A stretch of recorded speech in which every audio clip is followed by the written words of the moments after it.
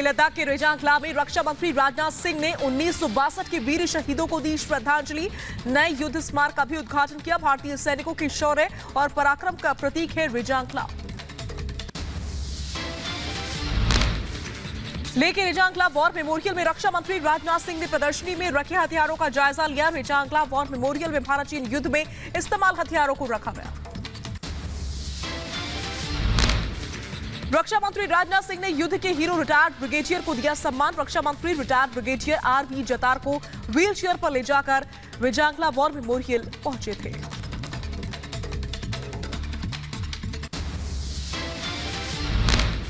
वहीं एलएसी से रक्षा मंत्री राजनाथ सिंह की ललकार, कहा किसी ने भारत की तरफ आंख दिखाने की कोशिश की तो मिलेगा मुंहतोड़ जवाब। हमारे बहादुर जवान हर 1 इंच जमीन की रक्षा करने में सक्षम है।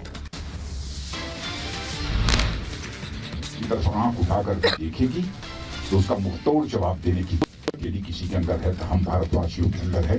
हमें अपने सेना के जवानों पर फक्र है, अपने सेना के जवानों पर पूरा भरोसा है। सेना के जवानों का रक्षा मंत्री राजनाथ सिंह ने हौसला बढ़ाया। कहा देश के वीर जवानों पर भरोसा सिर्फ इस साल नहीं, जब तक भारत का गृह मंत्री रहूंगा तब तक मैं आता रहूंगा। मैं ये कहना चाहता हूं, मैं केवल इस साल नहीं आया हूं, जब तक भारत का रक्षा मंत्री रहूंगा तब तक मैं आता रहूंगा। हम लोगों ने दुनिया के किसी देश पर ना तो कभी आक्रमण किया है और दुनिया के किसी देश की 1 इंच जमीन पर हमने कभी कब्जा किया। भारत अब कमजोर भारत नहीं है। भारत चीन में बैठक को लेकर के फिर बनी सहमति। जल्द होगी 14वें दौर की कमांडर लेवल की बैठक। एलएसी पर शांति बहाली को लेकर के चर्चा होगी। श्रीनगर में परिवार को सौंपा जाएगा आतंकियों के मददगार के शव। हैदरपुरा एनकाउंटर में मारे गए थे अल्ताफ और मुदस्सिर। हैदरपुरा एनकाउंटर की होगी मजिस्ट्रेट जांच। डीएम को 10 दिन में बयान दर्ज करने के आदेश। राज्यपाल मनोज सिन्हा ने कहा नहीं होने देंगे अन्याय। परिवारों ने एनकाउंटर पर उठाए थे सवाल।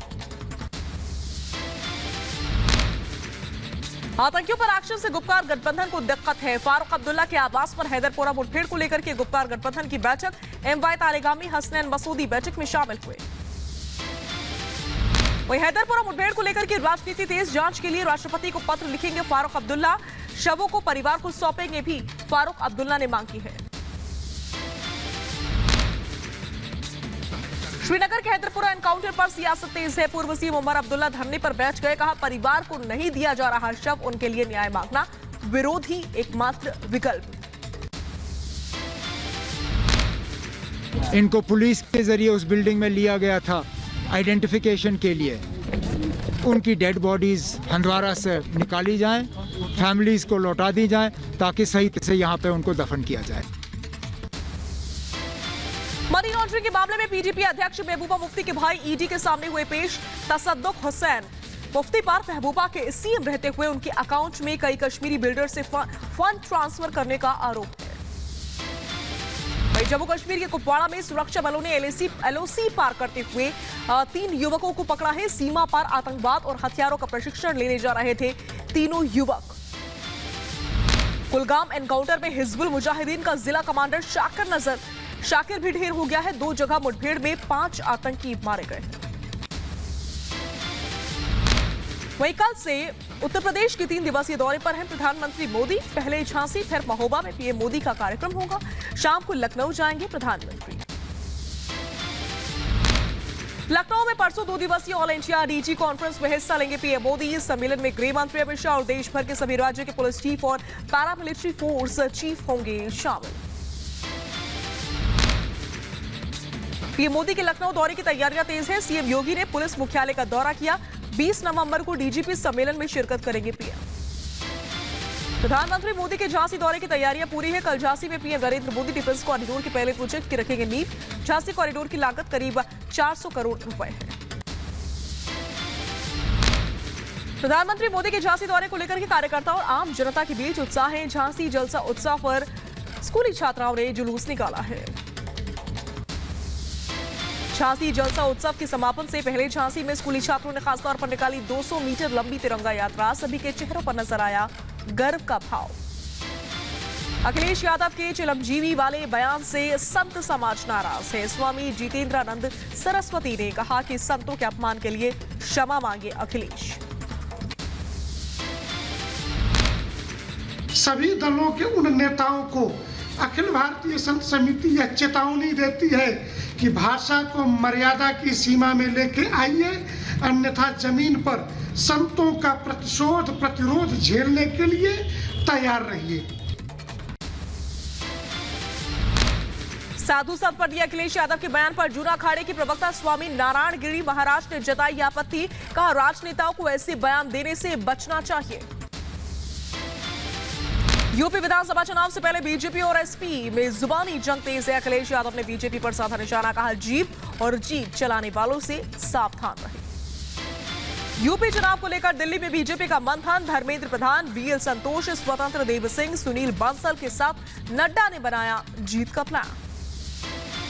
दिल्ली में बीजेपी के मंथन पर प्रदेश बीजेपी अध्यक्ष स्वतंत्र देव सिंह ने कहा, यूपी चुनाव को लेकर रणनीति तय हुई। पीएम मोदी, अमित शाह और जेपी नड्डा और राजनाथ सिंह के कार्यक्रमों को लेकर के चर्चा हुई है। वहीं कुलभूषण जाधव केस पर भी फिर से पाकिस्तान बेनकाब हो गया है। विदेश मंत्रालय का बयान, काउंसलर एक्सेस से लगातार इंकार कर रहा है पाकिस्तान। इंटरनेशनल कोर्ट के आदेश का उल्लंघन हो रहा है। पंजाब के सीएम चरणजीत सिंह चन्नी ने पूरी कैबिनेट के साथ करतारपुर साहिब में टेका मत्था। सिद्धू 20 नवंबर को करतारपुर पहुंचेंगे। तो वहीं करतारपुर जाने वाले श्रद्धालुओं को पंजाब सरकार का बड़ा तोहफा। पूरे पंजाब में करतारपुर कॉरिडोर तक चलाई जाएगी फ्री बस सेवा। पंजाब के सीएम चरणजीत सिंह चन्नी की भारत और पाकिस्तान सरकार से अपील। कहा, दोनों देशों से व्यापार मार्ग खोलने की अपील है। वहीं पंजाब के सीएम और सिद्धू फिर आमने सामने आ गए हैं। चन्नी के साथ करतारपुर साहिब नहीं जाने पर सिद्धू नाराज। सूत्रों के हवाले से खबर, जत्थे में जाने के लिए पंजाब सरकार की तरफ से नहीं भेजा गया था नाम।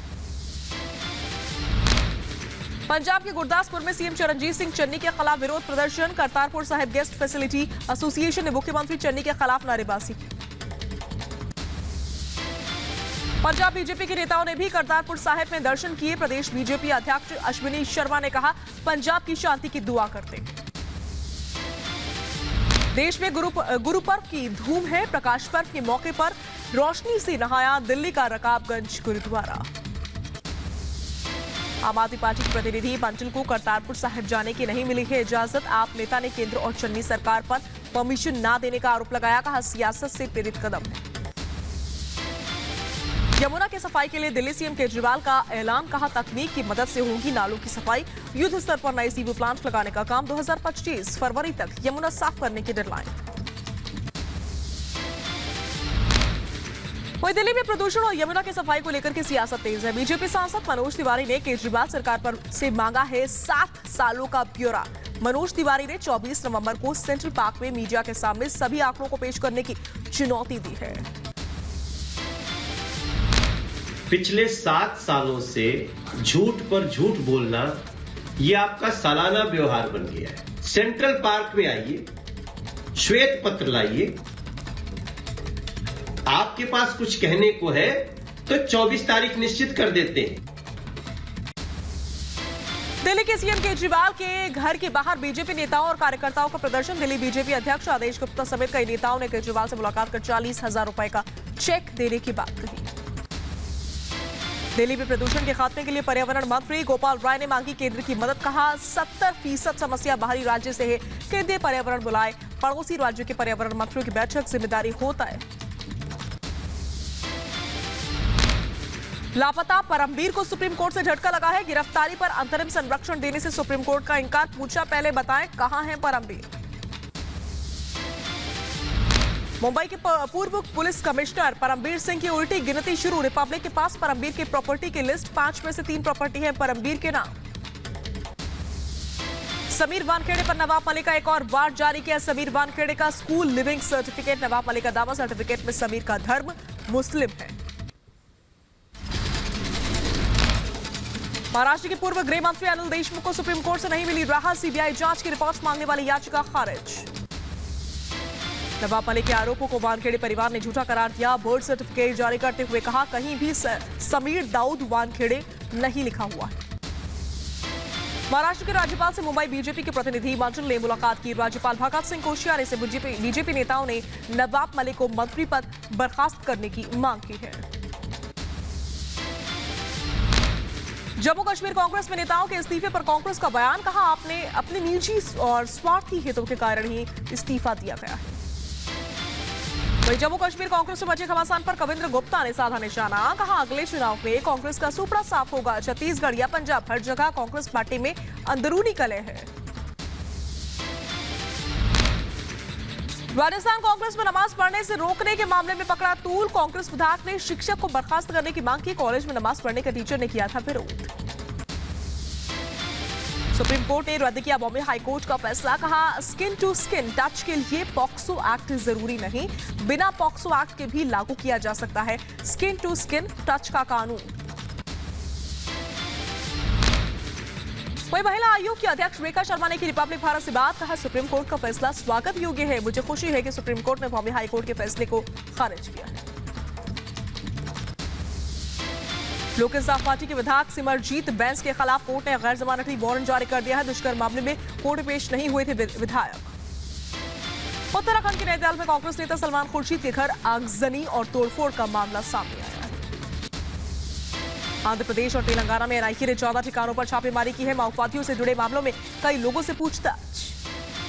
आंध्र प्रदेश के विशाखापट्टनम में 2 माओवादी महिलाओं ने आत्मसमर्पण भी किया है। पूर्वी अरुणाचल में वायुसेना के हेलीकॉप्टर की क्रैश लैंडिंग करवानी पड़ी। MI-17 में सवार किसी शख्स को नहीं आई चोट। ग्लोबल इनोवेशन समिट में पीएम मोदी ने कहा कोरोना काल में फार्मा सेक्टर का अहम रोल रहा है। पीएम मोदी ने फाइनेंशियल सेक्टर से जुड़ी संस्थाओं और प्रतिनिधियों को संबोधित किया है, कहा पिछले 6-7 साल में बैंकिंग सेक्टर मजबूत हुआ है। पहले की सरकारों के समय जो लाखों करोड़ रुपए फंसाए गए थे, उनमें से 5 लाख करोड़ रुपए से अधिक की रिकवरी की जा चुकी है। भारत में प्रौद्योगिकी क्रांति पर पीएम का सिडनी संवाद, कहा तकनीक और डेटा मजबूत हथियार। डिजिटल हेल्थ मिशन पर काम जारी, गोवा को ब्रॉडबैंड से जोड़ने की तैयारी। सिडनी संवाद में ऑस्ट्रेलिया के पीएम स्कॉट मॉरिसन ने कहा ऑस्ट्रेलिया भारत के बीच गहरी दोस्ती, अंतरिक्ष विज्ञान और डिजिटल प्रौद्योगिकी सहित कई क्षेत्रों में एक साथ काम। दक्षिण भारत में फिर बिगड़ा मौसम का मिजाज, तमिलनाडु आंध्र प्रदेश के कई इलाकों में भारी बारिश हुई है। तमिलनाडु में भारी बारिश ने लोगों की मुसीबत बढ़ा दी है। चेन्नई कई और जिलों में चेन्नई के साथ साथ छुट्टियों की घोषणा करनी पड़ी है। चेन्नई में भारी बारिश की आशंका के बीच रेड अलर्ट जारी कर दिया गया है। चेन्नई निगम आयुक्त ने कंट्रोल रूम का दौरा भी किया है। इस बीच पुडुचेरी में भारी बारिश से हाहाकार है। बारिश ने एक शख्स की बहते हुए मौत हो गई है। 100 से ज्यादा घर तबाह हो गए हैं। पुडुचेरी में हो रही बारिश के चलते लोगों को विस्थापित करना पड़ रहा है। 194 कैंप में लोगों के ठहरने की व्यवस्था की गई है। राज्य ने एनडीआरएफ को राहत और बचाव के लिए भेजा है। पुडुचेरी में भारी बारिश से बिगड़े हालात, पानी में डूबे निचले इलाके, जल जमाव की वजह से लोगों को घरों से बाहर निकलना मुश्किल हो चुका है। मौसम विभाग की चेतावनी के बाद से पुडुचेरी में लगातार जारी है बारिश। भारी बारिश के चलते कई इलाकों में पानी भर चुका है। वहीं आंध्र प्रदेश के तिरुपति में भारी बारिश के बाद से मंदिर परिसर में सैलाब आ गया। तमिलनाडु के कोयम्बटूर में बारिश के बीच गिरा 50 साल पुराना विशालकाय पेड़, हादसे में 4 मोटरसाइकिलों को नुकसान हुआ। तमिलनाडु के मदुरई में भारी बारिश से वैगई डैम का जलस्तर बढ़ गया। जिला कलेक्टर की निगरानी में डैम के फाटक खोले गए हैं। मध्य प्रदेश के मंदसौर में बारिश से ठंड बढ़ गई है। हल्की बारिश के बाद से किसानों के चेहरे खिल गए। मध्य प्रदेश के उज्जैन में मौसम ने बदली करवट, सुबह से जारी है हल्की बारिश। मौसम विभाग ने शुक्रवार शाम तक बारिश होने की चेतावनी जताई है। बंगाल में पहली बार पुरुषों के लिए भी शुरू होगी स्वयं सहायता समूहों की योजना। ममता बनर्जी ने किया ऐलान, हावड़ा में होगा 10,480 करोड़ रुपए का निवेश।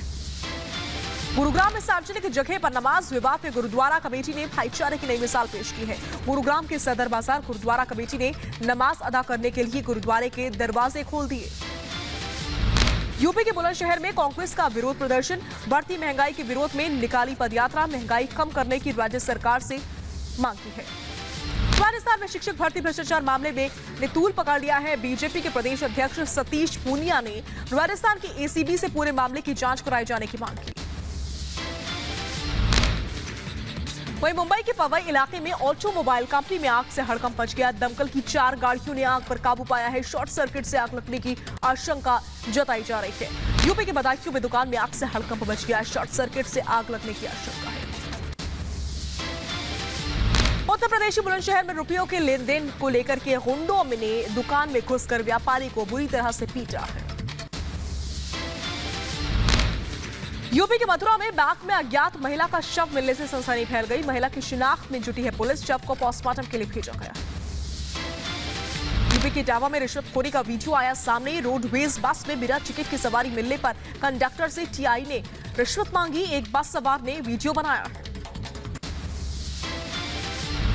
राजस्थान के बाड़मेर में दो पक्षों में हिंसक झड़प हो गई। महिलाओं ने एक दूसरे को लाठी डंडों से पीटा। जमीन पर कब्जे को लेकर के भिड़ गए। यूपी के ललितपुर में दो बसों में आमने सामने से टक्कर हुई। हादसे में 10 से ज्यादा लोग गंभीर रूप से जख्मी बताए जा रहे हैं।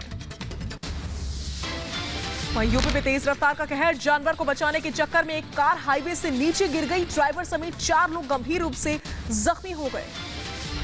यूपी के सहारनपुर में दो सगे भाइयों की हत्या से सनसनी। बदमाशों ने गोली मारकर हत्या कर दी। इलाज में डबल मर्डर से हड़कंप का माहौल। वहीं यूपी के बरेली में पुलिस ने 25,000 के इनामी बदमाश सुखबीर को गिरफ्तार किया है। 11 साल से फरार चल रहा था बदमाश सुखबीर। बदमाश पर कार चोरी का आरोप है। यूपी के नोएडा में बाइक सवार बदमाशों ने लूट की वारदात को अंजाम दिया है। एक महिला से लूटी सोने की चेन। सीसीटीवी में कैद हुई पूरी वारदात। मध्य प्रदेश के मुरैना में बारातियों से भरी बस में तोड़फोड़। हॉकी डंडों से बारातियों की पिटाई का वीडियो वायरल हो रहा है। उत्तर प्रदेश के शामली में छेड़छाड़ और भद्दी टिप्पणियों से परेशान छात्रा ने सीओ सिटी से लगाई सुरक्षा की गुहार। वहीं यूपी के सहारनपुर में बीएसएफ जवान के घर में संदिग्ध हालात में मौत से हड़कंप मच गया है। मामले की जांच में पुलिस जुटी हुई है। मध्य प्रदेश के ग्वालियर में दो पक्षों के बीच झड़प के दौरान फायरिंग हो गई। घटना में 2 लोग जख्मी हैं। पुरानी रंजिश का मामला बताया जा रहा है। मध्य प्रदेश की बैतूल में बांध पर नहाने गए 4 भाई बहन डूब गए। चारों की शवों की तलाश में जुटा है प्रशासन। यूपी के बदायूं में गाली गलौज का विरोध करने पर स्कूली छात्रा पर चाकू से हमला कर दिया। अस्पताल में छात्रा का इलाज जारी है। मामले की जांच में पुलिस जुटी हुई है। यूपी के बलिया में अवैध तस्करों के खिलाफ पुलिस की कार्रवाई। 5 लाख की शराब के साथ पुलिस ने एक युवक को पकड़ा। 2 हुए फरार। निवेशकों को पेटीएम के आईपीओ ने दिया तगड़ा झटका। कमजोर लिस्टिंग के चलते हुआ बड़ा नुकसान। निवेशकों को उठाना पड़ा भारी नुकसान। वहीं आतंकियों के सामने एक बार फिर झुकी पाकिस्तान की इमरान सरकार। तहरीक लब्बैक प्रमुख साद रिजवी को पाक सरकार ने किया रिहा। इससे पहले आतंकी सूची से हटाया था टीएलपी प्रमुख का नाम। काबुल में फंसे सिख समुदाय के कुछ लोग भारत के लिए रवाना हो गए हैं। गुरु नानक देव की जयंती से पहले आज रात दिल्ली एयरपोर्ट पर पहुंचेंगे।